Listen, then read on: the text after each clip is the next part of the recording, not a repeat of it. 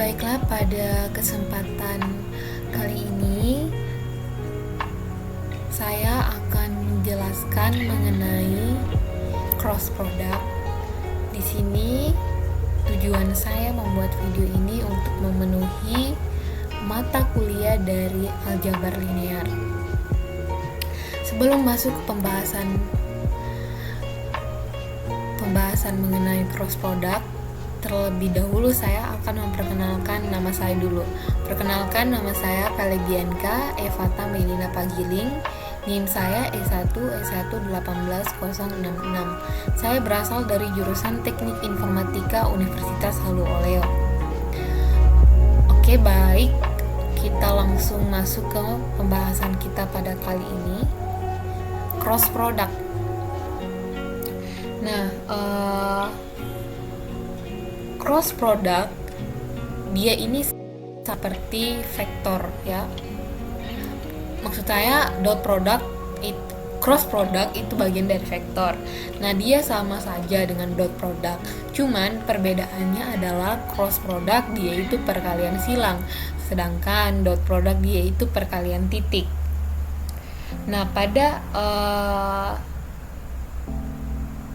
aturan perkalian silang atau cross product, dia ini menghasilkan sebuah vektor baru. Jadi di sini perkalian silang A kali B dari dua vektor adalah vektor lain. Nah, maksudnya itu perkalian silang dari A dikali B itu menghasilkan vektor yang baru atau vektor yang lain. Jadi di sini ini kan sudut siku-siku. Jadi nantinya hasil dari perkalian A kali B ini menghasilkan vektor baru. Nah, vektornya ini kita beri nama C. Nah, C sama dengan A dikali B. Nah, cross product itu terjadi dalam 3 dimensi ya.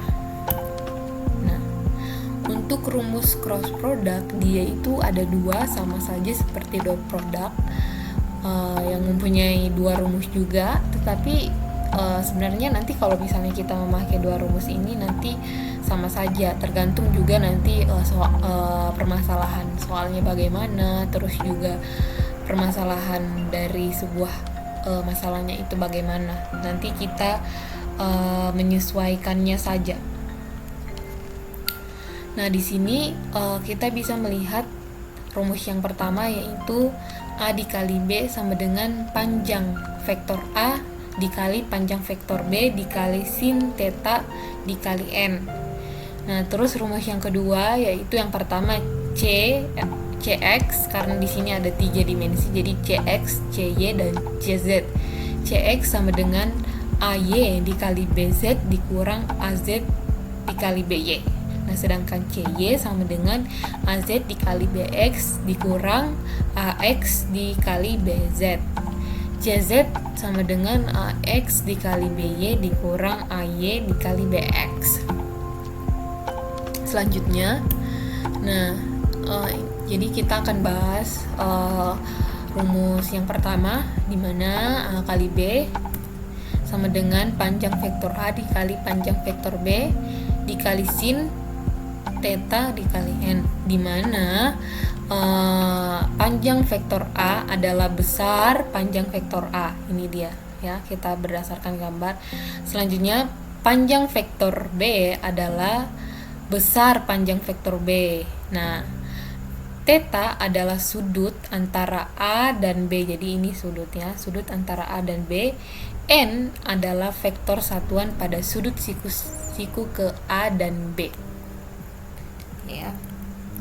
Untuk rumus yang kedua, ini rumusnya dia itu 3 dimensi. Cx sama dengan Ay dikali Bz dikurang Az dikali By. Jadi kita sesuaikan nanti di sini. Jadi Ax, Ay, Az. Untuk rumus yang kedua, Cy sama dengan Az dikali Bx dikurang Ax dikali Bz. Nah, untuk rumus yang ketiga, Cz sama dengan Ax dikali By dikurang Ay dikali Bx. Jadi kita lihat di sini. Oke, aturan tangan kanan. Jadi kita umpamakan cross product ini kita untuk lebih mudah penerapannya kita bisa melihat tangan kanan kita. Jadi di sini kita bisa lihat pada tangan kita. Jadi pada tangan kanan arahkan jari telunjuk sesuai dengan vektor A. Terus jari tengah kita sesuaikan dengan panjang vektor B. Nah, jadi hasil kali silang itu antara A dan B itu berjalan ke arah ibu jari. Jadi nanti hasil kali dari jari telunjuk dan jari tengah itu ya ibu jari kita gitu. Jadi ini 3 dimensi, membentuk sebuah 3 dimensi. Jadi untuk contohnya di sini simpel saja contohnya. Nah, vektor A itu besarnya 3, terus vektor B itu besarnya 4. Nah, sudut antara A dan B itu adalah 30 derajat dan N adalah vektor satuan pada sudut siku-siku A dan B. Nah, berapakah A dikali B?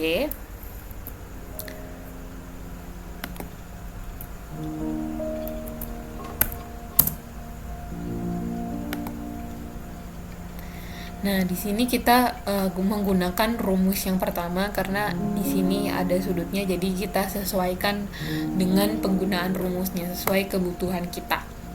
Nah, di sini kita gunakan rumus A dikali B sama dengan panjang vektor A dikali panjang vektor B dikali sin theta dikali N. Nah, di sini A-nya itu panjang vektor A-nya itu 3, panjang vektor B-nya 4 dan sudut antara AB-nya itu atau sudut θ-nya itu 30 derajat. Oleh karena itu A dikali B kan sama dengan di sini kita sesuaikan 3, panjang vektor A-nya 3, panjang vektor B-nya 4. Nah, sinnya di sini